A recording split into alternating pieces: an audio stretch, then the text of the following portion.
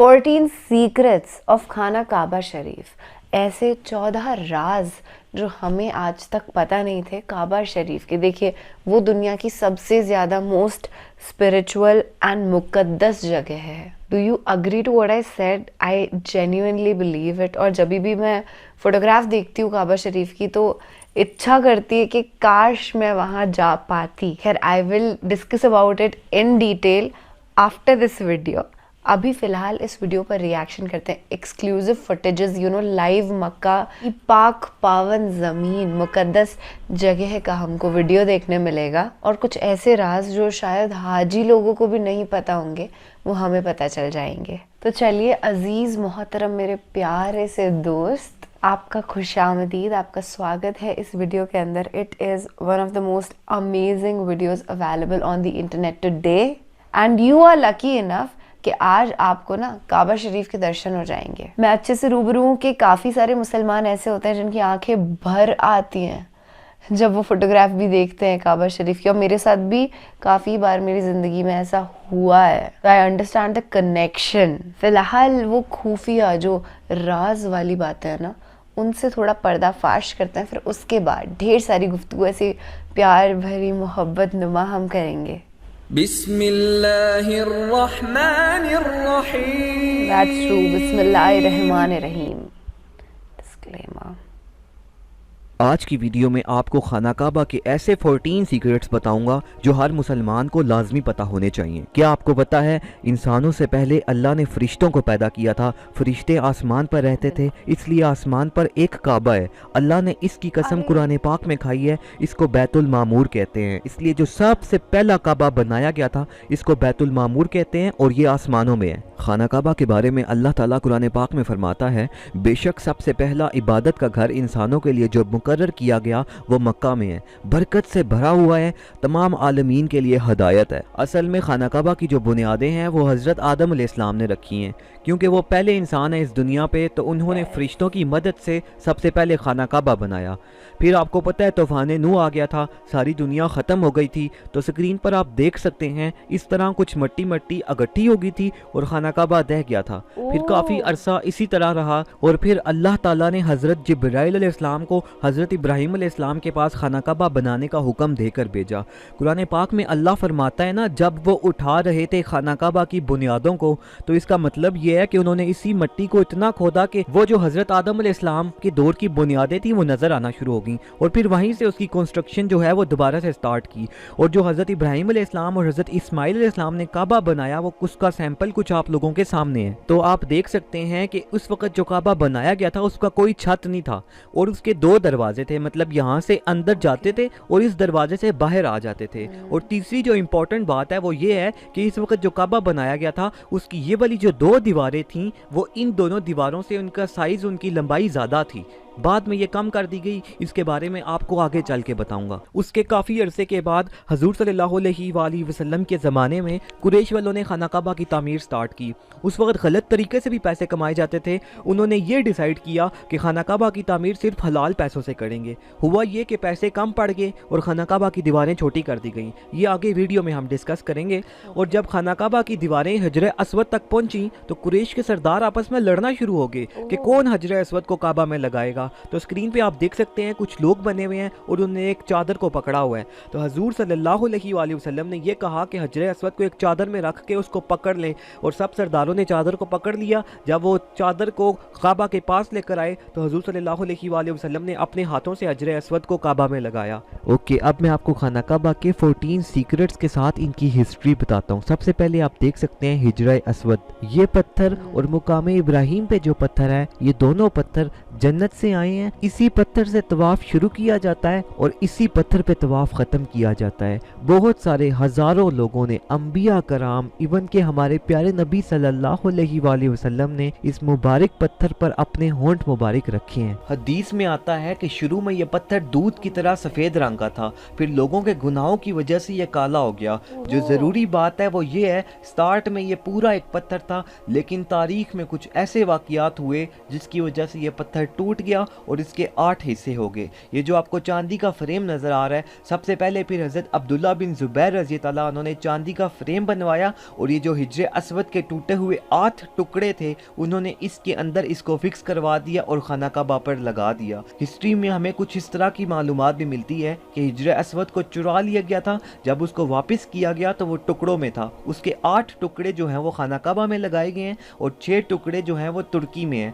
4 टुकड़े महमूद पाशा मस्जिद में जो कि इस्तंबुल में उधर लगे हुए हैं, एक टुकड़ा ब्लू मस्जिद के मेहराब पे लगा हुआ है और एक टुकड़ा अजीम सुलेमान के मज़ार पर लगा हुआ है। दूसरे नंबर पे खाना काबा का दरवाज़ा है। खाना काबा के दरवाजे को बाबे तौबा कहते हैं। जब हज़रत इब्राहीम अलैहिस्सलाम ने खाना काबा बनाया था तो उस वक्त खाना काबा के जो दरवाजे वाली जगह थी ये बिल्कुल ज़मीन के साथ जुड़ी हुई थी, लेकिन जब कुरैश ने काबा बनाया तो उन्होंने खाना काबा के जो दरवाज़ा था ये ज़मीन से ऊपर कर लिया। ये आप देख सकते हैं, ये ज़मीन है और ये काबा का दरवाज़ा है। उन्होंने इतना जो है वो ज़मीन से ऊपर उठा लिया, वो इस वजह से क्योंकि वो ये चाहते थे कि हर कोई खाना काबा में इंटर ना हो सके, कुछ लोगों को जिनको वो मंजूरी दें वो लोग सिर्फ खाना काबा के अंदर जो है वो इंटर हो सकें। तो आप देख सकते हैं आज जब भी कोई ख़ास मेहमान आता है, किसी मुल्क का प्राइम मिनिस्टर आता है तो उसके लिए स्पेशल जो है वो पुलिस का घेराव किया जाता है, लोगों को दूर किया जाता है और वो फिर जो है खाना काबा के अंदर इंटर होता है और वहाँ पर जाकर नफल अदा करता है। खाना काबा के दरवाजे की अगर हम बात करें तो सबसे ऊपर वाले हिस्से में लिखा हुआ है अल्लाह जल जलाला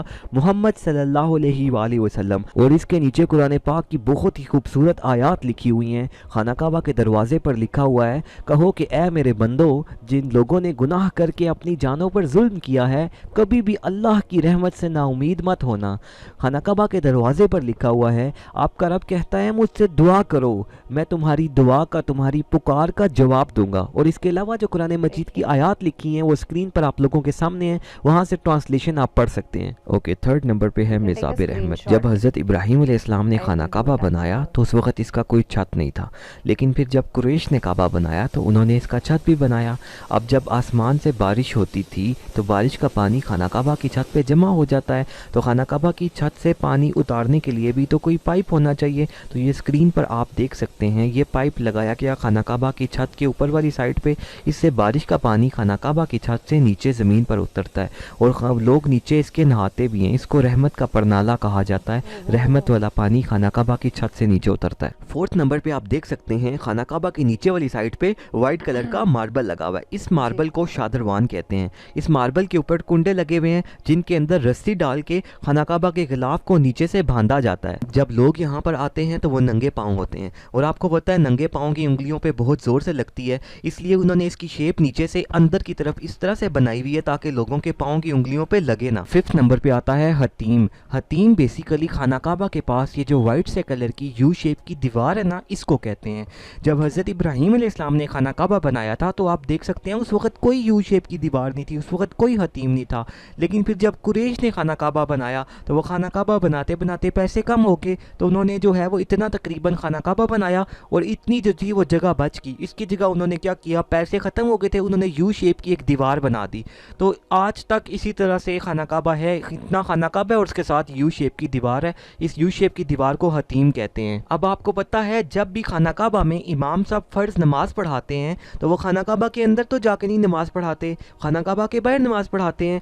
और जितने भी लोग होते हैं खाना काबा के अंदर तो जाके कोई भी नमाज़ नहीं पढ़ता, सब लोग खाना काबा के बाहर ही नमाज़ पढ़ते हैं। इसलिए आप देख सकते हैं स्क्रीन के ऊपर जब भी फ़र्ज़ नमाज का टाइम होता है, फ़र्ज़ नमाज होने लगती है तो ये खाना काबा के क्योंकि अंदर का हिस्सा है हतीम, इसको खाली करवाया जाता है, सब लोग इसके बाहर ही नमाज़ पढ़ते हैं। और जो तवाफ़ होता है वो भी आपको पता है खाना काबा के बाहर ही सब लोग तवाफ़ करते हैं, खाना काबा के अंदर तो तवाफ़ नहीं करते, इसलिए इस एरिए के अंदर भी कोई तवाफ़ करते हुए नहीं जाता, तवाफ़ भी इसके बाहर बाहर से ही होता है। और अगर आपको मौका मिले नफल पढ़ने का तो आप इस जगह के ऊपर ज़रूर नफल पढ़ें, क्योंकि अगर आपने इस जगह पे नफल पढ़े तो इसका मतलब ये है कि आपने खाना काबा के अंदर नफल पढ़े। और इसके अलावा कुछ बुक्स में कुछ स्कॉलर्स के मुताबिक हतीम के अंदर हज़रत हाजरा अलैहिस्सलाम और हज़रत इस्माइल अलैहिस्सलाम की कब्रें मुबारक हैं, क्योंकि ये बहुत हज़ारों साल पुरानी बात है, इसलिए इसकी कन्फर्म नहीं है, इसके बारे में अल्लाह ताला बेहतर जानने वाला है। नेक्स्ट फिफ्थ नंबर पे ये आप देख सकते हैं, ये खाना काबा का दरवाज़ा दरवाज़ा है और ये हजर अस्वद पत्थर है। इसके दरमियान की जगह को मुल्तज़म कहते हैं।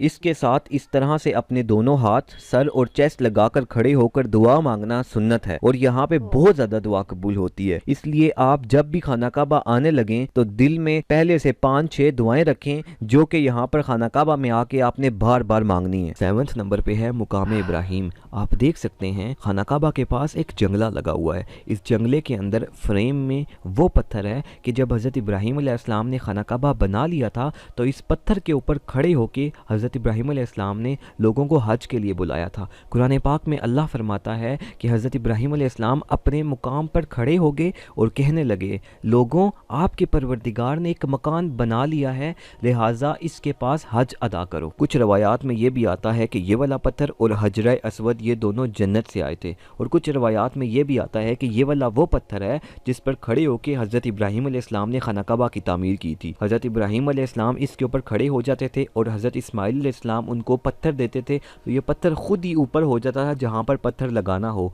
फिर हज़रत इब्राहिम अलैहिस्सलाम वहाँ पर पत्थर लगा देते थे। लेकिन ये बात कन्फर्म है कि इस पे हज़रत इब्राहिम अलैहिस्सलाम के पाँव का निशान है क्योंकि कुरान पाक में इसका जिक्र है और अल्लाह ताला कुरान पाक में इसके बारे में फरमाता है, और मुकाम इब्राहिम को नमाज पढ़ने की जगह बनाओ। इस वजह से तवाफ़ करने के बाद लोग इसके पीछे नफल पढ़ते हैं और इसको बहुत अफजल समझा जाता है। ज़रूरी बात तो ये है कि पहले ये खाना काबा के साथ ही होता था। जब हज़रत उमर फारूक रज़ी ताला अन्हो ने ये देखा कि इसकी वजह से तवाफ़ करते हुए इस जगह पे लोगों का रश बन जाता है तो उन्होंने इसको थोड़ा सा पीछे कर दिया ताकि लोगों का रश ना बने, लोग आसानी से जो है वो तवाफ़ कर सकें। और ये स्क्रीन पर आप देख सकते हैं जब इसकी सफाई करनी होती है तो ये वाइट से बोर्ड साइड पे लगा लेते हैं इसके और इसके अंदर आके इसका जंगला खोल के इसकी सफाई की जाती है। 8, 9, 10 और 11 ये खाना काबा के 4 कोने हैं। खाना काबा के 4 कोनों में 2 कोनों को ज़्यादा अहमियत हासिल है, वो इस वजह से क्योंकि स्क्रीन पे आप देख सकते हैं जो हज़रत इब्राहिम अलैहिस्सलाम ने खाना काबा बनाया था उसके 4 कोने थे, 1, 2, 3, 4।